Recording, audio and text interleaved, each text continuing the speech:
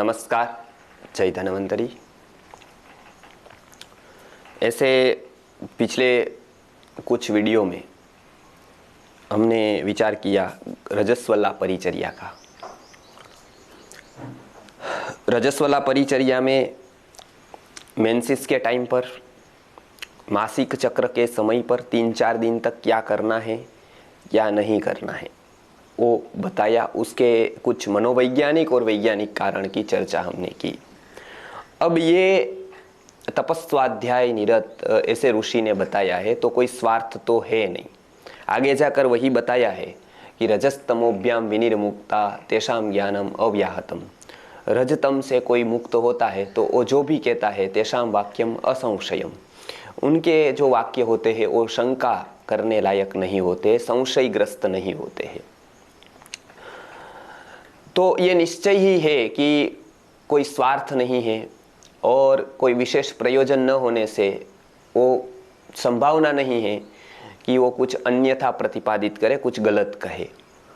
तो इसीलिए ये आचरण योग्य है ही, वो पूरी की पूरी श्रद्धा के साथ अनुसरण योग्य है और इसी में मनुष्य का हित है, ये करने में ही हित है। तो भी कुछ कुछ नहीं हो सकता है 4 कारणों से।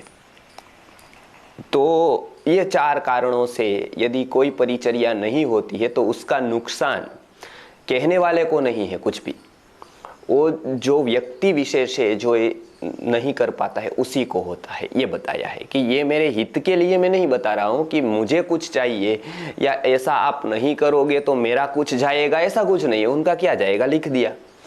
लेकिन यदि आचरण नहीं कर सकते हैं तो व्यक्ति को ही अर्थात मनुष्य जाति को ही हानि होने वाली है।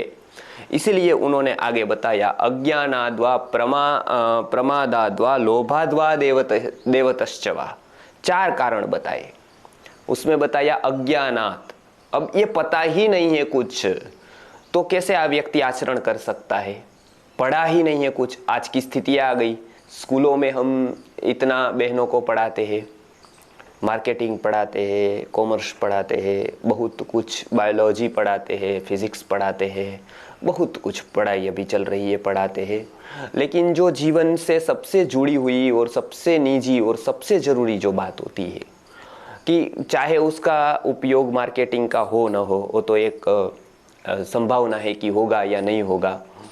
और कुछ बात उसको इतिहास भूगोल पढ़ाते हैं, भूगोल में कहाँ पर कौन सी नदी है, कितनी गहरी है, कितनी चौड़ी है, कितनी मछलियाँ है, किस प्रकार की है, वो चाहे उसको काम आए ना आए। लेकिन ये तो है कि जीवन से जुड़ी ये बात तो उसको काम आती है। और यदि ये जाना नहीं तो ऐसा हुआ कि जीवन से सबसे नज़दीकी बात तो कुछ जाने ही नहीं, सब दूर दूर की बात जान ली। ये इन्फॉर्मेशन कहते हैं जो दूर की बात होती है, और नज़दीक की जो बात होती है, जीवन से जुड़ी बात होती है, उसको ज्ञान कहते हैं। तो जीवन से जुड़ी जो बात होती है जिसको हम ज्ञान कहते हैं, तो वो उसके लिए भी कुछ समझ चाहिए, कुछ ज्ञान चाहिए। तो हम विशेष ज्ञान ले सकते हैं, सामान्य ज्ञान चाहिए, लेकिन वो है ही नहीं सामान्य ज्ञान कि क्या करना क्या नहीं करना, ऐसा कहाँ लिखा है। ये तो कम से कम ज्ञान होना चाहिए कि आयुर्वेद में भी कुछ ऐसा वर्णन है, तो वो पता नहीं है तो कोई अज्ञान के द्वारा इसका आचरण नहीं कर सकता है। जिसको अज्ञान है, आज बड़ी प्रजा में अज्ञान है, तो अज्ञानाद्वा ऐसा बताया। दूसरा, जानते हुए भी आचरण नहीं करना, उसका नाम प्रमाद है। हम जानते हैं कि ये अच्छा है, ये हमारा स्वास्थ्यप्रद है, हम मतलब ये फायदा करने वाला है, ये लाभप्रद है, तो भी उसका आचरण नहीं करना, ये प्रमाद कहते हैं। भगवान ने गीता में भी प्रमादालस्य निद्राभिस्तन्निबध्नाति भारत, बंधन करने वाली जो तत्व है उसमें प्रमाद का नाम दिया है। प्रमादालस्य निद्राभिस्तन्निबध्नाति भारत। योग दर्शनकार महर्षि पतंजलि ने भी व्याधिस्त्यान संशय ये सब कहकर चित्त विक्षेपास्ते अंतराया, इसको चित्त विक्षेप करने का कारण भी बताया है, अंतराय भी एक प्रकार का बताया है प्रमाद को। तो भाव प्रकाश ग्रंथ में भाव मिश्र जी भी ये बताते हैं कि प्रमाद के कारण भी, ज्ञान होने पर भी आचरण नहीं होगा। ज्ञान है लेकिन आचरण करने के लिए जो क्रिया शक्ति चाहिए, जो तीव्रता चाहिए, जो संकल्प चाहिए, वो संकल्प लेना पड़ेगा। केवल ज्ञान से नहीं हो जाएगा। हम YouTube में वीडियो डालते हैं या कुछ प्रवचन करते हैं, लेकिन मात्र सुनने से तो नहीं होगा, उसके अनुसार दृढ़ संकल्प करना होगा। तो उसके लिए प्रमाद को दूर करना होगा। तो अज्ञान बताया। दूसरी बात बताई, ज्ञान होने पर भी संकल्प न होने से प्रमादाद मतलब प्रमाद के कारण कोई लोग आचरण नहीं कर सकते हैं। तीसरी बात बताई लोभाद्वा, लोभ है एक प्रकार का, पता है कि ये मुझे हानिकर है। जैसे आज स्त्रियां है वो मेंसेस के समय पर इधर उधर भागते हैं, बहुत कुछ कामजाम करते हैं, बहुत कुछ उसमें व्यवहार करते हैं। क्यों? क्योंकि लोभ।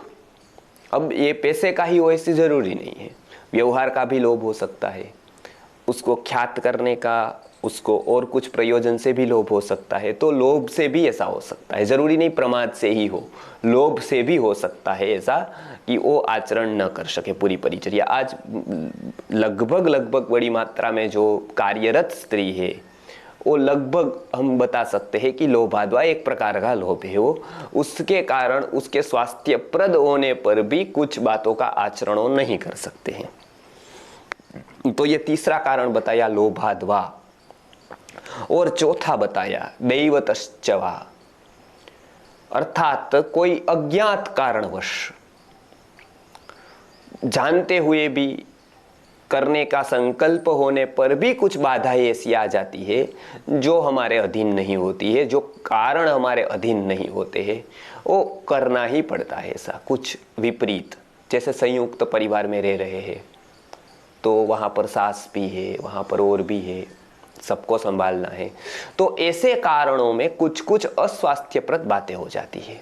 कोई हमारे आसपास की परिस्थिति ऐसी है तो वो दैवत गया। हमारी तो पूरी इच्छा है, संकल्प भी है, लोभ भी नहीं है, करना ही है, लेकिन कोई अज्ञात कारणवश, क्योंकि दैव को आयुर्वेद ने कारण माना है, तो ये सब बहुत कम होता है। संकल्प से तो बहुत सारी बातें सिद्ध हो सकती है, लेकिन कभी कभी दैवतश्चवा कि दैव के कारण भी ये अनुसरण करना शक्य नहीं बन पाता है।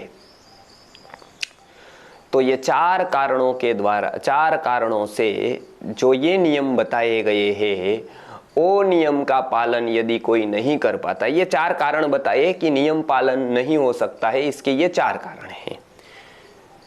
ये चार कारणों से कुछ निषिद्ध हो जाता है। साचेत कुर्यात निषिद्धानि गर्भस्तद दोषम आपनुयात। यदि रजस्वला महिला, यदि रजस्वला स्त्री साचेत कुर्यात निषिद्धानि, यदि जो आयुर्वेद के ग्रंथों में निषिद्ध बताया गया है, जिसका जिसका निषेध किया गया है, उसका यदि आचरण करती है तो क्या होगा? तो सबसे पहली तो बात बता दी थी उन्होंने पूर्व में कि वो व्यक्ति को हानि होगी, वो स्त्री को हानि होगी। अब दूसरा पॉसिबिलिटी, शक्यता, संभावना बताते हैं कि यदि आगे जाकर वो स्त्री गर्भवती होती है, दो संभावनाएं होती, या तो पूर्व में हो चुकी या नहीं होगी, या तो होती है आगे जाकर। तो यदि वो स्त्री आगे जाकर गर्भवती होती है तो भविष्यकालीन गर्भ में, आने वाले गर्भ में कुछ दोष होते हैं। अब विचार करिए, ये खेत है, यहाँ पर कुछ दोष अभी रह गए तो वो दोष आगे आने वाले बीज को असर करेंगे, क्योंकि ये अशुद्धि ऐसे ही रहेगी। वो उससे जो आगे जो बीज का संयोग होगा उसमें वो अशुद्धि जाएगी। बीज में जो संक्रमित अशुद्धि आई वो अंकुर में अशुद्धि जाएगी और आगे फल में अशुद्धि जाएगी, ये समझ सकते हैं। तो अभी जो क्षेत्र में गर्भाशय से संबंधित जो अशुद्धि है रज की, वो अशुद्धि आगे आने वाले गर्भ में, अभी गर्भवती नहीं है लेकिन आगे जब जब वो गर्भ धारण करेगी तब तब कितने दोष होंगे उसमें, एक एक आचरण का एक एक दोष बताया, एक एक निषिद्ध आचरण हुआ तो उसका एक एक दोष आएगा। जो जो मना किया है वो क्यों किया है उसका लॉजिक दे रहे यहां पर।